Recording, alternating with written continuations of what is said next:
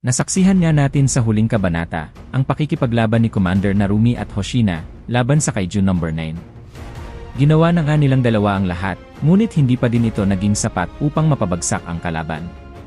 Kaya naman bago pa nga direktang tamaan si Commander Narumi, ay dito na nga dumating si Kafka, at sinuntok nga sa katawan ang No. 9. At dito na nga magsisimula ang chapter natin for today. Nagsimula nga ang chapter na ito sa pagkagulat nga ni Ashiro dahil sa kanyang mga nasaksihan. Dahil sa pagpunta nga din niya sa lokasyon ni Kafka, ay wala na nga ito, kaya naman napalingon nga siya sa kanyang likod. Makikita nga natin na direktang tinamaan na nga ni Kafka ang No. 9 ng isang umaatikabong suntok na malakas. Body blow at tagiliran pa nga ang tinamaan.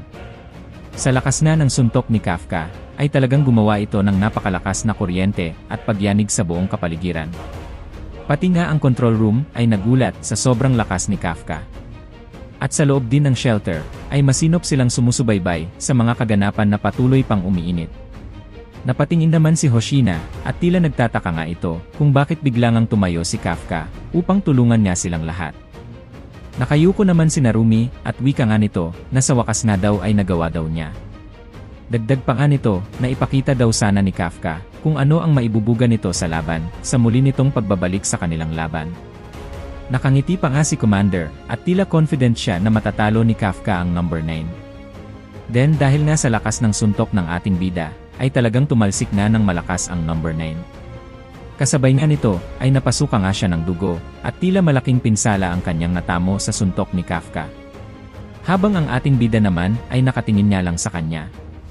Kasabay nga nito ay sumigaw na nga ang mga nasa control room at ibinalita nga para sa lahat na muli ngang nagbabalik ang Kaiju No. 8 sa kanilang front forces. Then napaisip nga siya bigla na ano daw bang nangyayari ngayon. Akala daw niya na wala na ngang vitals si Kafka dahil wala na nga silang madetect na buhay pa nga ang ating bida. Wika naman ni Officer na isa daw itong malaking milagro para sa kanilang lahat. Ngunit ganun pa man daw ay hindi pa din ito sapat na dahilan para malamangan nila ang kalaban. Dahil ang kalaban nga daw nila ngayon ay ang Kaiju No. 9. After na nito ay bigla ngang pinikit ng No. 9 ang isa niyang mata habang nakatingin nga ito sa ating bida. Dahil nga dito ay nagkaroon nga ng mga marka sa dibdib ni Kafka tulad ng kanyang mga atake na gumagawa ng napakatinding pinsala.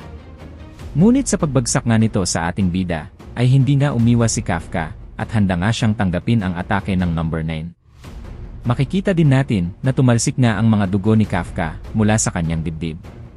Napaisip nga siya bigla at inisip nga nito na hindi pa din daw pala sapat ang lakas ni Kafka upang matalo ang Kaiju No. 9. Natataranta na nga din sila at hindi nila alam ang gagawin sa lakas ng kanilang kaharap ngayon. Sa sobrang lakas nga ng ibinato ng kalaban, ay talagang napunit nga ang dibdib ni Kafka at naging visible nga para sa lahat ang sarili nitong core na pinakaiingatan ng lahat ng mga kaiju. Kasabay nga nito ay mabilis ngang nakapag-regenerate si Kafka at tinabunan ang napinsala nitong dibdib at prinotektahan ngang muli ang kanyang core. Ikinagulat nga ito ng mga officer at tila nagtaka nga sila sa mga nangyari. Then tanong naman ni Hoshina na ano daw ba talagang nangyayari ngayon, ano daw ba ang ginawa ng ating bida. Dahil napansin niya ni Hoshina na tila may kakaiba daw talaga ngayon sa Kaiju No. 8. Hindi na daw ito katulad ng dati. Then wika nga ni Kafka na naintindihan na nga daw niya ang lahat. Kailangan na daw nilang maging kalmado dahil ilalabas na daw ni Kafka ang kanyang natatagong kapangyarihan. Kasabay nga nito ay lumabas nga ang napakadaming mga kaluluwa at tila ito nga ang mga espiritu mula sa unang panahon at galing sa kanilang mga angkan na pinatay din ng Kaiju No. 9. Nagsilabasan niya ang lahat ng ito at nagpaikot-ikot kay Kafka. Mukhang ito na nga ang tunay na lakas ng isang Kaiju No. 8 sa loob mismo ng katawan ng ating bida. Then dito na nga pumasok sa isipan ni Kafka ang nangyaring kaganapan nung bata pa lamang siya. Gamit niya ang kanyang telescope ay siya nga daw ang kauna-unahang nakapansin sa paligid. At mula nga sa malayo ay nakita nga ng batang Kafka ang isang napakalaking kaiju at napakatindi pa nga nito. At matapos ngang masaksihan ni Kafka ang paglabas ng kaiju, ay mabilis nga siyang tumakbo pababa ng bundok upang i-report nga daw ang lahat ng mga nangyayari ngayon. Ngunit ganun pa man, ay nadidismaya nga si Kafka dahil tanging pag-report na lang daw ang kanyang matutulong. Dahil wala naman talaga siyang kakayahan na pabagsakin ang mga kaiju, kaya naman siya na lang ang nag-report para sa lahat.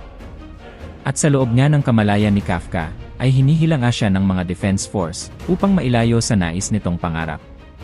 At wika nga nito na kung sana lang daw na naging commander daw siya na may released force na 99%. Or hindi kaya, isang veteranong mandirigma na may angking talento sa paggamit ng espada at mga baril. Or isang bayani na kayang pumatay ng mga libu-libong mga halimaw. Lahat nga ng ito ay pumasok sa isipan ni Kafka nung bata pa lamang siya. Wala nga daw talaga siyang magawa kung hindi umiyak na lang habang pinapatay ng kaiju ang mga tao. At kung naging malakas lang daw sana si Kafka, ang kanilang bahay na binuo ng kanyang ama, ang tindahan kung saan binibilhan siya ng kanyang lola ng mga lapis at pencil case. Ang fried chicken restaurant kung saan ang tatrabaho ang kanyang ina, ang Squid Park na palaruan kung saan una siyang nakipagsuntukan sa kanyang kaklase. Ang kanyang game console na matagal daw niyang pinag-ipunan. At ang tanging alagang pusa ni Mina Ashiro. Nandito pa sana daw ang lahat ng ito kung naging mas malakas lang daw siya. Nandito pa sana ang lahat ng mga bagay na nawala sa kanyang buhay kung may kakayahan lang daw siyang pumatay ng mga kaiju.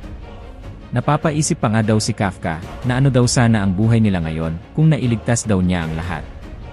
Ngunit habang iniisip daw ito ng isang batang Kafka, ay patuloy lang daw na lumalalim ang galit nito para sa kanyang sarili. Dahil sa kakulangan nga niyang protektahan ang lahat laban sa mga kaiju. Then matapos nga nito, ay lumapit na nga ang adult version ni Kafka sa kanyang batang version. Wika nga nito sa dating sarili niya na ito na nga daw ang oras upang tapusin at pagpahingahin ang lahat ng mga iniisip ng kanyang dating sarili. Dagdag pa nga niya habang kinakausap ang batang Kafka na ang daan daw na kanyang pinili bilang isang adult version ng Kafka ay ibang-iba daw sa mga na-imagine ng kanyang dating sarili.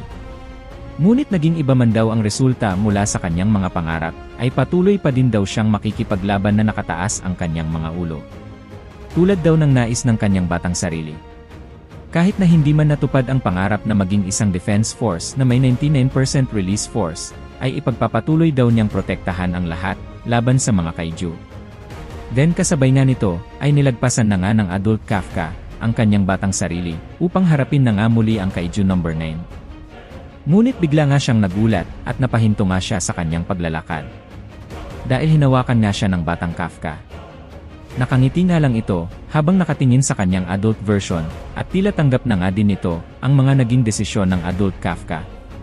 Dahil alam naman natin, kapalit ng kanyang puso na muling makabalik sa eksena, ay hindi na nga siya muling magiging tao at mananatili lang bilang isang kaiju number 8. Napangiti naman si Kafka nang makita niya ang muka ng batang Kafka at tila iisa na nga ang kanilang tungkulin sa laban.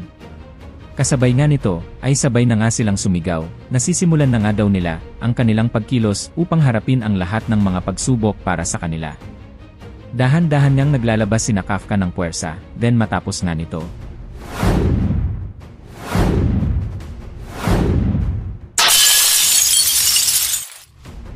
Ay dito na nga nabasag ang buong shell ng kaiju number 8. At tila ito na nga ang final transformation ng ating bida. Ang pagbasag sa dark shell ng isa sa mga high caliber na karakter. Ang muling pagbangon ng kaiju number 8.